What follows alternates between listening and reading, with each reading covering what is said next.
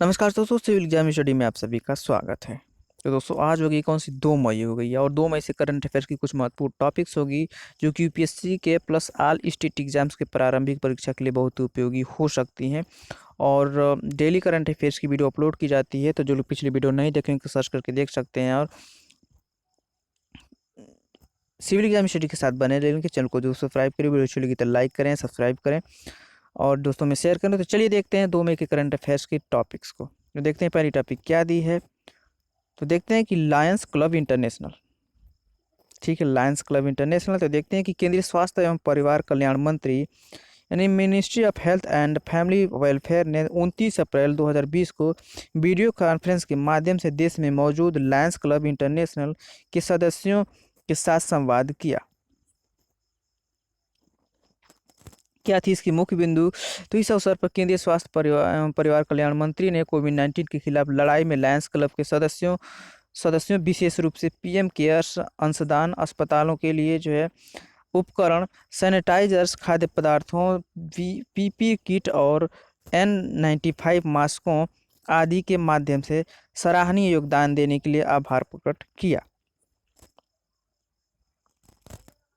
Lions club क्या है? तो यह एक अंतर्राष्ट्रीय गैर राजनीतिक सेवा संगठन है जिसकी स्थापना जो वर्ष 1917 में क्या है, यह एक अंतर्राष्ट्रीय गैर राजनीतिक सेवा संगठन है जिसकी स्थापना जो 1917 में मेलविन जोन्स द्वारा संयुक्त राज्य अमेरिका की इलिनोइस प्रांत के शिकागो शहर में की गई थी। इसका उद्देश्य क्या रहता है? इसका उद्देश्य क्या है? तो इसके उद्देश्य निम्नलिखित है कि ये वैश्विक समुदाय के बीच समझ की भावना पैदा करना है, उसको बढ़ावा देना है, अच्छी सरकार एवं अच्छी नागरिकता के सिद्धांतों को बढ़ावा देना है तथा समुदाय के नागरिकों को सांस्कृतिक, सामाजिक एवं नैतिक कल्याण में सक्रिय रुचि लेने के लिए बढ़ावा देना है। और इसके कार्य क्या है, उसके उद्देश्य क्या है कि जनहित के सभी मुद्दों पर चर्चा के लिए एक मंच प्रदान करना। हालांकि क्लब सदस्यों द्वारा पक्षपातपूर्ण राजनीतिक एवं सांप्रदायिक मुद्दों पर बहस नहीं की जाएगी। और इसके कार्य क्या है कि इस व्यक्तिगत वित्तीय पुरस्कार के बिना अपने समुदाय की सेवा करने के लिए वाणिज्य, उद्योग, व्यवसाय, सार्वजनिक कार्यों और निजी प्रयासों में उच्च नैतिक मानकों को बढ़ावा देने के लिए लोगों को प्रोत्साहित करना है। इसका आदर्श वाक्य क्या है कि वी सर्व है। इसका आदर्श वाक्य क्या है? We serve. इसका मुख्यालय संयुक्त राज्य अमेरिका की इलिनोइस प्रांत की ओक ब्रुक में है। इसका कहाँ है इसका मुख्यालय? तो संयुक्त राज्य अमेरिका के इलिनोइस प्रांत की ओक ब्रुक में है। अब देखते हैं दूसरी टॉपिक क्या है कि मैट्रिक्स योजना क्या है कि 30 अप्रैल 2020 को विज्ञान एवं इंजीनियरिंग अनुसंधान and science and engineering research board यानी SERB ने कोविड-19 महामारी से निपटने के लिए गणितीय मॉडलिंग एवं कंप्यूटेशनल पहलुओं का अध्ययन करने के लिए मैट्रिक्स योजना के तहत 11 प्रोजेक्ट के लिए धन की मंजूरी प्रदान की है। इसकी मुख्य बिंदु क्या है? तो इस अध्ययन में से अधिकांश बेसिक अति संवेदनशील संक्रमित स्वास्थ्य प्राप्ति मॉडल को जो है संशोधित करके कोविड-19 से संबंधित विभिन्न कारकों के लिए गणितीय और सिमुलेशन मॉडल को प्रस्तावित करने का प्रयास करेंगे। तो ऐसे कारकों में निम्नलिखित शामिल हैं। तो जनसंख्या में विषमता, स्पर्शोन्मुख जनसंख्या की भूमिका, प्रवसन एवं क्वारंटाइन, सामाजिक दूरी, लॉकडाउन का प्रभाव, सामाजिक आर्थिक कारक। ये अध्ययन मुख्य रूप से कोविड-19 के संदर्भ में भारतीय परिस्थितियों का अध्ययन करने के उद्देश्य से किया जाएगा। बुनियादी पुनरुत्पादन संख्या यानी बेसिक रिप्रोडक्शन नंबर जो रोग संक्रामकता की डिग्री का गुणवत्ता संकेतक है का अनुमान प्रदान करेगा। अध्ययन से उपलब्ध आंकड़ों का उपयोग करके भविष्य की महामारी का पूर्वानुमान लगाने में सहायता मिलेगी और संक्रामक रोगों के प्रसार को रोकने एवं प्रबंधन में सहायता मिल सकेगी।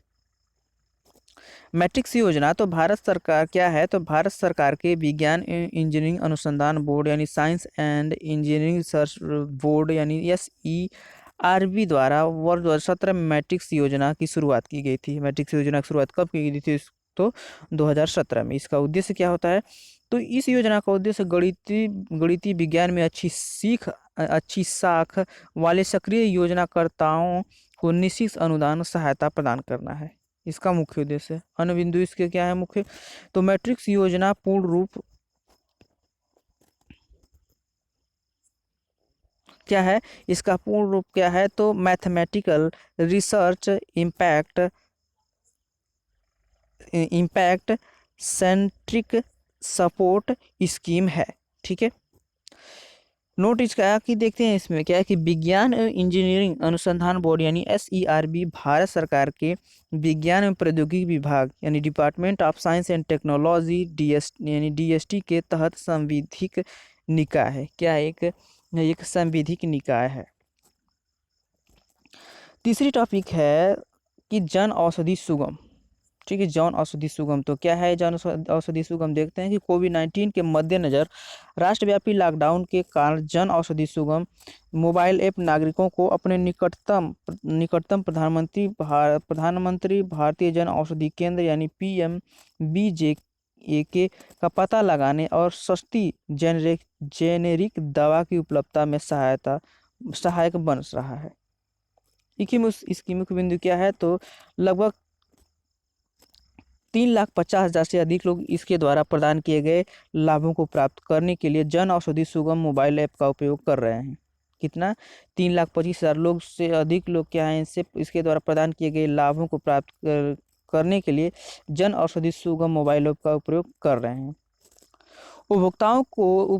उपभोक्ताओं के जीवन को आसान बनाने हेतु डिजिटल तकनीकी का उपयोग करने के लिए प्रधानमंत्री भारतीय जन औषधि परियोजना यानी प्राइम मिनिस्टर भारतीय जन औषधि परियोजना यानी PMBJP के लिए इस मोबाइल एप्लीकेशन जन औषधि सुगम को भारतीय फार्म PSU ब्यूरो, ठीक है, PSU ब्यूरो ऑफ इंडिया द्वारा विकसित किया गया है, जो सरकार के रसायन एवं उर्वरक मंत्रालय के तहत फार्मास्यूटिकल्स विभाग के अंतर्गत आता है। यह ऐप आम लोगों को एक डिजिटल प्लेटफॉर्म उपलब्ध कराएगा जिसके आधार पर जो है वे अपने आसपास के जन औषधि केंद्रों का पता लगा सकेंगे। जन औषधि केंद्र तक पहुंचने के लिए गूगल मानचित्र का सहारा ले सकते हैं। जेनेरिक एंड ब्रांडेड दवाओं का, ठीक है, जेनेरिक एंड ब्रांडेड दवाओं का अधिकतम खुदरा मूल्य एवं समग्र बचत के आधार पर तुलनात्मक विश्लेषण कर सकते हैं। वर्तमान में देश के 726 जिलों में जो है वर्तमान में देश के 726 जिलों में 6,300 से अधिक प्रधानमंत्री जन औषधि केंद्र कार्य कर रहे हैं। और इस यानी 2 मई के करंट अफेयर्स की लास्ट टॉपिक होगी। तो सिविल एग्जाम स्टडी के साथ बने रहने के चैनल को जरूर सब्सक्राइब करें, वीडियो अच्छी लगी तो लाइक जरूर करें फ्रेंड्स। चलिए देखते हैं अगली टॉपिक क्या है। लास्ट है कि इम्यूनिटी पासपोर्ट क्या है। तो हाल ही में कुछ देशों ने इम्यूनिटी पासपोर्ट या एक प्रकार का प्रमाण पत्र जो यह बताता है कि व्यक्ति में कोविड-19 के प्रति प्रतिरोधक क्षमता जारी करने का विचार करना शुरू कर दिया है। क्या है इम्यूनिटी पासपोर्ट? की एक प्रकार का प्रमाण पत्र है जो बताता है कि व्यक्ति में कोविड-19 के प्रति प्रतिरोधक क्षमता है जारी करने का विचार करना शुरू कर दिया है। हालांकि विश्व स्वास्थ्य संगठन यानी वर्ल्ड हेल्थ ऑर्गेनाइजेशन WHO ने इम्यूनिटी पासपोर्ट जैसे विचार को लेकर चेतावनी दी है। क्या होता है इम्यूनिटी पासपोर्ट? देखते हैं इसके बारे में कि इम्यूनिटी पासपोर्ट या रिस्क फ्री सर्टिफिकेट उन लोगों को जारी किया जाएगा जो कोविड-19 से ठीक हो चुके हैं। उन्हें ये इस आधार पर जारी किए जाने की योजना है कि कोविड-19 से ठीक हो चुके लोगों को एंटीबॉडीज पर्याप्त मात्रा में विकसित हो चुके हैं और वे पुनः संक्रमित होने से सुरक्षित हैं, इसलिए वे वे जो है यात्रा करने या काम पर वापस लौटने में समर्थ हैं। विश्व स्वास्थ्य संगठन द्वारा दी गई चेतावनी। तो विश्व स्वास्थ्य संगठन ने कहा है कि राष्ट्रों को इम्यूनिटी पासपोर्ट या रिस्क फ्री सर्टिफिकेट पर अधिक विश्वास नहीं करना चाहिए।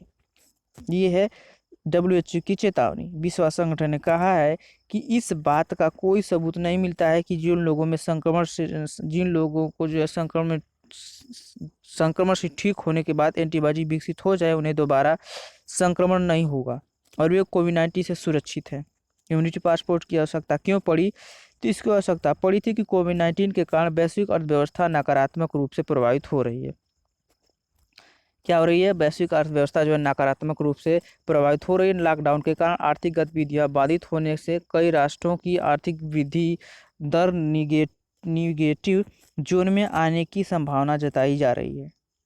अतः आर्थिक गतिविधियों को पुनः सुचारू रूप से चलाने के लिए विश्व के कई राष्ट्र इम्यूनिटी पासपोर्ट जैसे रणनीतियों पर विचार कर रहे हैं।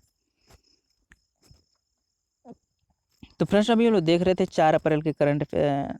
2 मई के करंट अफेयर्स की महत्वपूर्ण टॉपिक्स, जो कि है प्रीलिम्स यानी यूपीएससी के प्रारंभिक परीक्षा के लिए बहुत ही उपयोगी है।